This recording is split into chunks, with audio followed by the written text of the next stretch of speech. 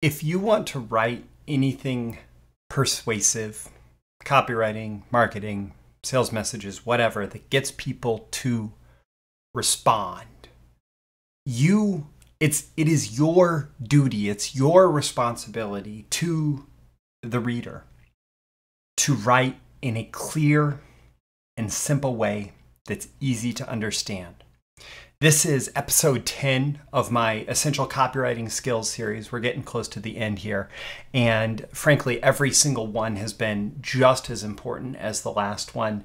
And on top of that, I'm continuously blown away by just how much I'm putting into these. And frankly, regretting that I promised to do this whole thing for free. But here we are.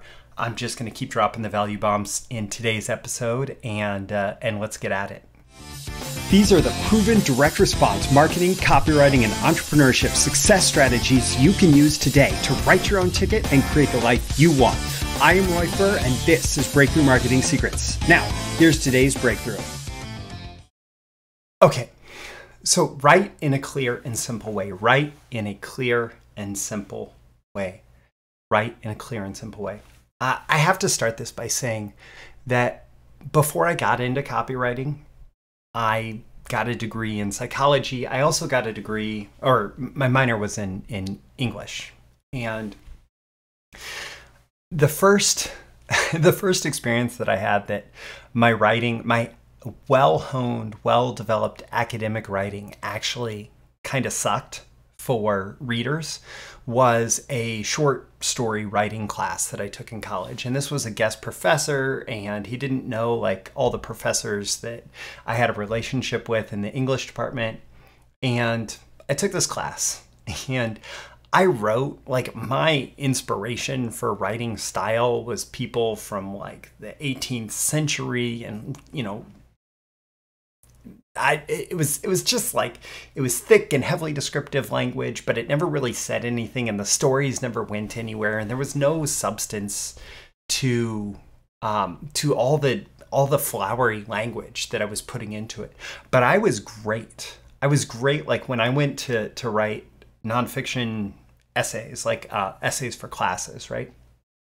I would do a ton of research, and I would write these thick, complex sentences, and I was so proud when I was in, I don't know, like a junior in college, senior in college would be 15th, 16th grade if you were to count up the grade levels, how they are added up in the United States. And I was so proud when my Flesch-Kincaid score, which measures the grade level of your writing, would be like 18, 19, 20, like writing this incredibly thick writing. And I was like, I'm writing at a grad school. Like I was so proud of this thick writing that a few years later, I went back and tried to read some of it, and it is so dense that it almost gives you a headache to read. It is hard to slog through page after page of this writing. And so I had this background as a writer where I was so proud of all the complexity of my writing. And it's taken years and years as a copywriter to unwind this, because as a copywriter, I learned that's actually the exact opposite of what you want to do. Even if you're talking about concepts that can feel just as complex, you want to simplify them to the point where anybody can understand them. And here's a bit of, so there was a bit of research done. Mark Ford, he published under the pen name Michael Masterson for a long time in the marketing, copywriting business space. And he's the number 2, as far as I know, at Agora. It's like a major $1 billion plus direct response company. And one of their major product types in the multiple companies that they run are investment newsletters. And at one point, they were trying to figure out how to maximize the renewal rate of these different investment newsletters. So how can we get more people to renew their subscription? And he did an analysis, and he took back issues of all the investment newsletters that they published, and they ran them through Flesch-Kincaid readability calculators, right? And so it calculates, okay, what grade level would you have to be for this to make sense? And what he found was that anything above a grade 7.5 regardless of the quality of the investment advice delivered in these investment publications, anything above a grade level of 7.5 had significantly lower renewal rates on the subscription. And so the closer you got to grade level 7.5 in terms of bringing your readability down, so like a seventh grader is able to read it, the more likely people are to renew. And at that point, he created a rule that he didn't even want to review a single piece of sales copy unless the readability score was at least 7.5 or below. And frankly, lower is better. It's not that people are stupid, and we'll get into that in just a second, but you're challenging. It is hard to think through thick language, and you are essentially giving someone that responsibility. You're giving them that task of doing the hard work if you are unwilling to do it as a writer. And so doing the hard work to convey what can be maybe a complex task like investing, right? Or a complex topic like investing, even to an educated audience. Like a lot of the people who subscribe to investment newsletters are professionals. They may be lawyers or doctors or have advanced degrees, and yet their behavior says that they respond when the readability is lower. And so lower is better. Generally, you get down to around like fifth grade level, or maybe even a little bit below that, maybe slightly above that. And there's a real sweet spot that pretty much every person in every market can understand that. And if you can bring complex concepts down to a fifth grade readability level, you're doing all the important work of communication. And you're making it very easy for your prospect, your audience, to understand that. And so it's incredibly powerful to be able to do that. And by the way, like these checks, they're available in like Word and other word processing programs. They're also, I often pop my copy into HemingwayApp.com, spelled like the writer's name, Ernest Hemingway, app.com, and it'll give you a quick check, and it'll even tell you where the complex sentences are. So you want to bring the readability down, and let's talk about that a little bit more. So one big thing that your job is, so before we get into like the tactical part of it, like from a strategic perspective, what you're trying to do is you're trying to simplify any kind of complex ideas that may be behind your product or service, your presentation, the benefits, like the reason why it works, like all the proof, whatever. You're trying to bring it down and apply the KISS principle, which is keep it simple, stupid. So keep it simple, like keep your communication simple so that people can understand. And another maxim for that to remind you. And I think there was a book by this title at one point, Don't Make Me Think. You don't want to be the person that's making your prospect think. Or any audience, like any audience for anything, you want to give them like pre-digested, this may be a little bit gross, but it's like the bird that's the parent that like gets the food and pre-digests it and then spits it out for their child so that their child finds it easier to digest. Well, that's your job as a communicator, as a writer. You want to take these complex ideas and don't make people digest them on their own, intellectually digest them. Don't make them think about it. Give them like the digested idea so that they are easily able to grasp it and move on with their day. Because what you're doing when you do that is you're saying, I value you, I value your time, I value that your time is important, I value that you're important, I value that your intellectual energy and your emotional investment in getting this message is important. I value this message that I'm giving to you, and I believe that it's important enough that I want to make it easy for you to get it and understand the importance. And you're conveying all of that through the simple act of simplifying what you're doing. Now, if you want to model for this, if you want to model for this, if you can imagine, let's say whatever the topic is, this could be investing, it could be marketing and copywriting, it could be health, it could be whatever, right? If you were to imagine that you're at a conference where your topic is being discussed, whatever your product or service is based around. And at this conference are like the pros of the industry, the people who understand it the best, the experts, right?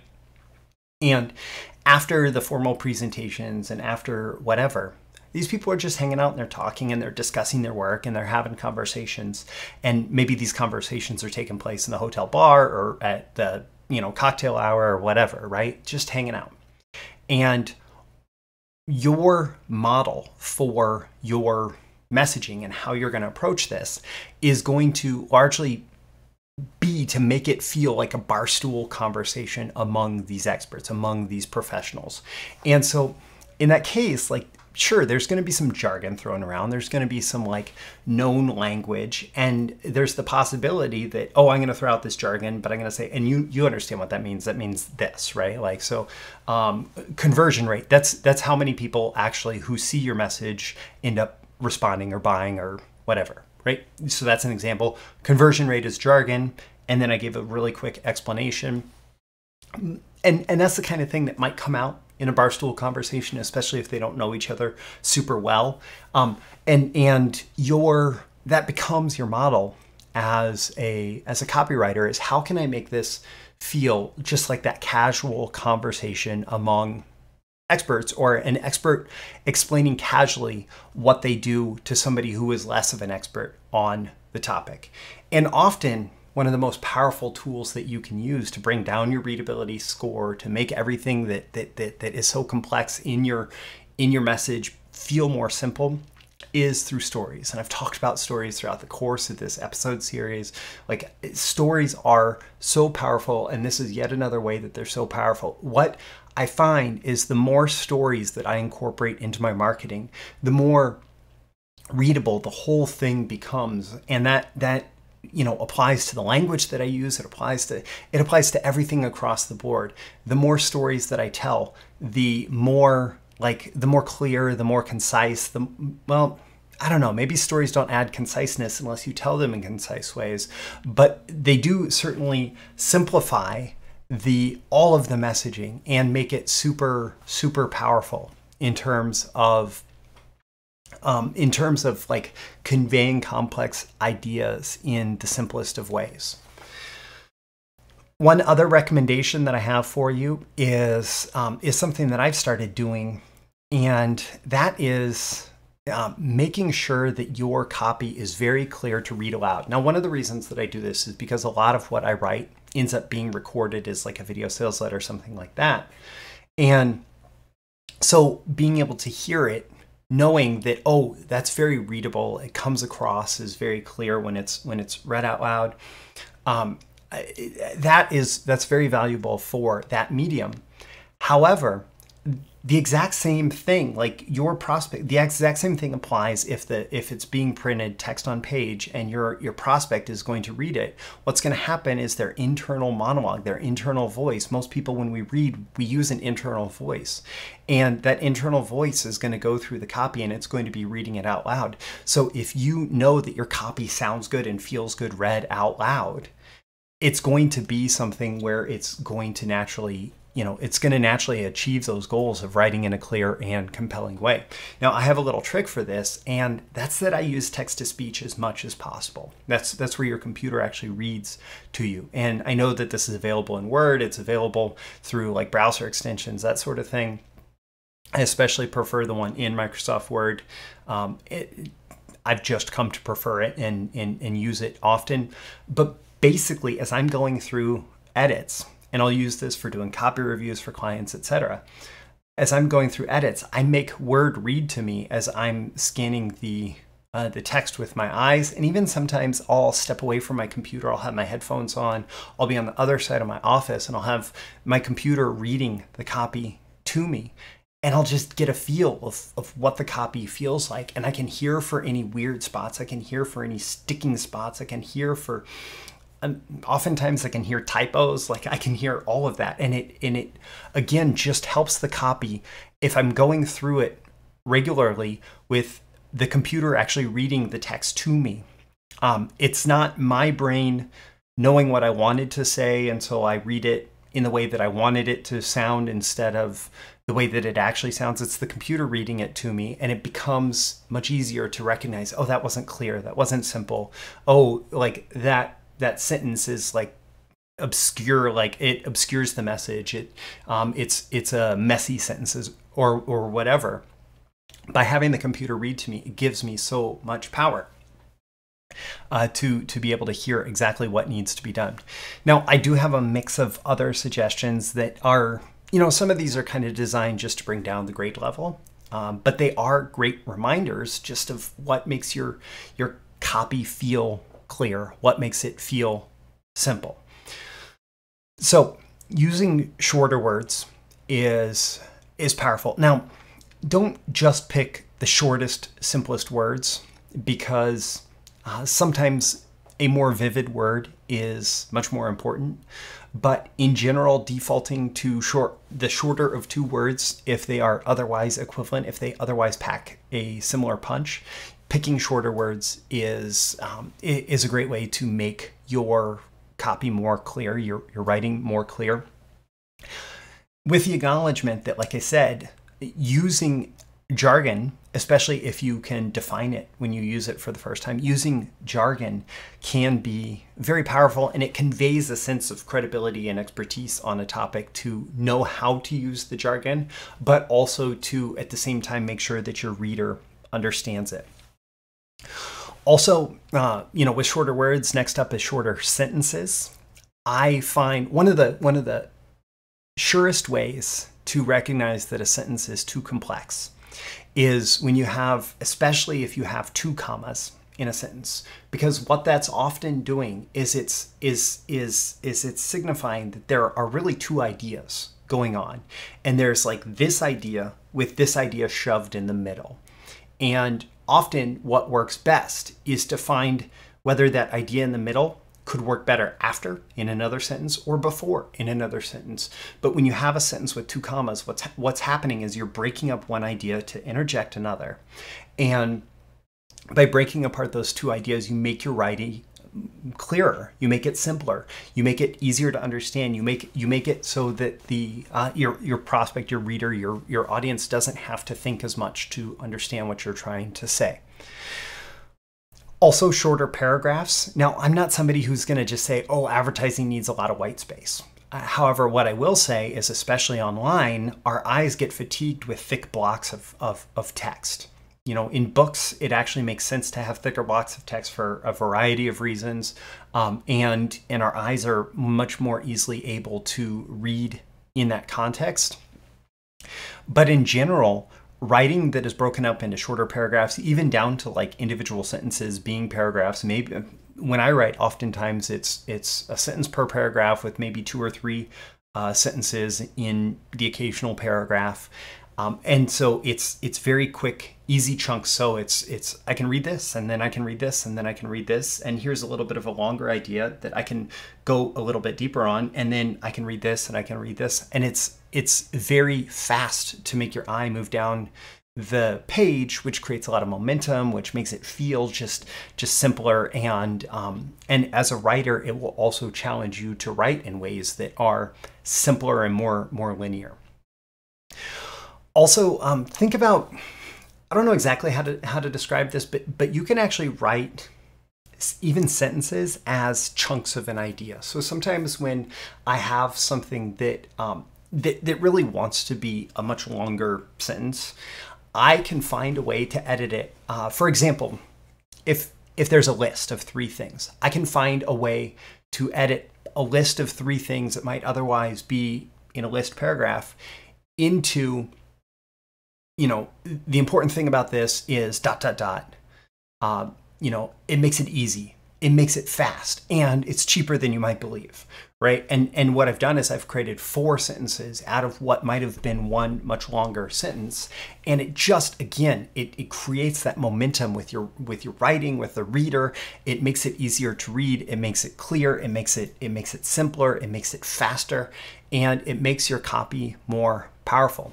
And one last thing is that you can write just a sentence fragment, and your grammar teacher, your English teacher would hate me for telling you that you have permission to do this. But in copywriting, in marketing, the grammar does not sell. The fundamental sales message is what sells, and oftentimes the sales message feeling like it comes from a real person who does not feel superior to you is a powerful part of what makes the sales message compelling. So if the person who is selling to you, if you get the impression that they feel better than you, you're not going to want to buy from them. If you feel like, oh, this person is a lot like me, then you're much more likely to buy from them. And most of us have this experience from being fairly young, from being in school, that our grammar teachers thought they were much better than us at grammar. Our English teachers thought that they were much better at us. And even if they didn't actually think that, we felt insecure enough about the whole process of being judged in school that when somebody gave us feedback to make our writing better, like make our grammar better, that we took that as, oh, this person, oh, they think they're better than me. They think, oh, they're judging me, right? And we didn't feel good about that. And we have internalized that. And we have this negative feeling that comes from people being very particular about grammar. And if you're selling to an audience of grammarians, of people who are grammar teachers, then your grammar probably needs to be on point. But for selling most products to most audiences, even just something as simple as throwing in sentence fragments, throwing in a portion of a sentence that might, make your grammar teacher pull their hair out, is actually great for that audience. So that's just some ideas to make your writing, again, simpler, clearer, make it more colloquial, make it more feeling like it's communications from friends, making it feel more conversational. Again, like that whole reading aloud thing, like one of the big reasons for that is because writing that feels conversational, that feels like that barstool conversation among pros versus that feels like a formal presentation, or even worse, a formal paper about a topic. Like that writing that feels conversational is just going to get read easier, and it's going to get responded to more. And so, like, these are just a lot of ideas that lead you in that direction, remembering that the research has found, at least, among quite a few, so there's a ton of anecdotal evidence, and there is some more formal research that basically says that if you make your marketing more readable, it's going to get more response. And so it becomes your job as a copywriter to practice this essential copywriting skill of writing in a clear and simple way. And hey, if you want to go deeper into more training for copywriters and marketers, my BTMS Insiders training library, it's like Netflix, but for copywriting and marketing training. And I have a ton of copywriting training in there. I'll include a link with this episode for you to go check that out. And as you're doing that, one of the things that you'll find that I encourage often is to make sure that your writing is clear and simple and easy to understand, and that you're doing a lot of the work of helping your prospect understand things so that they understand why to respond, and you're not putting it on them to actually do the thinking required to make a buying decision. You want to help them through that entire decision-making process as much as possible. And this is just yet another way that you do that. So check out the link in the description to BTMS Insiders. Also, leave a comment with this video or with this episode. Let me know on a scale of 1 to 10 how valuable you found this one, how valuable you're finding this series. What are your action items? What are your takeaways? What are you getting out of this? Also tap that like button before you go so you get more content like this delivered to you. And so the magical algorithms of the internet know to share it with more people like you who will find it valuable. You can certainly share it with folks directly, and subscribe before you go. You can subscribe here. You can also go to breakthroughmarketingsecrets.com. Link is in the description to get my daily emails Monday through Friday, including episode notifications and more exclusive content for email subscribers. I'm Roy Furr. This has been a daily episode of Breakthrough Marketing Secrets and a special essential copywriting skills series. This is number 10 out of probably one or two more than a dozen. And, I feel like I've delivered 10 out of 10 value throughout this entire series. I feel like I've been trying to go above and beyond in this series, and I hope that you're experiencing the same thing. That's what I'm always aiming for. Thanks for staying tuned for this entire episode, and I look forward to catching you again next time. I'll see you soon. Bye. Thank you once again for tuning in to this daily episode of Breakthrough Marketing Secrets. Remember, check out the links with this episode for even more value. Now make sure you like, comment, share, subscribe, and engage in every way you can to keep this show going and growing and delivering daily value to you. I'll catch you soon for your next big breakthrough.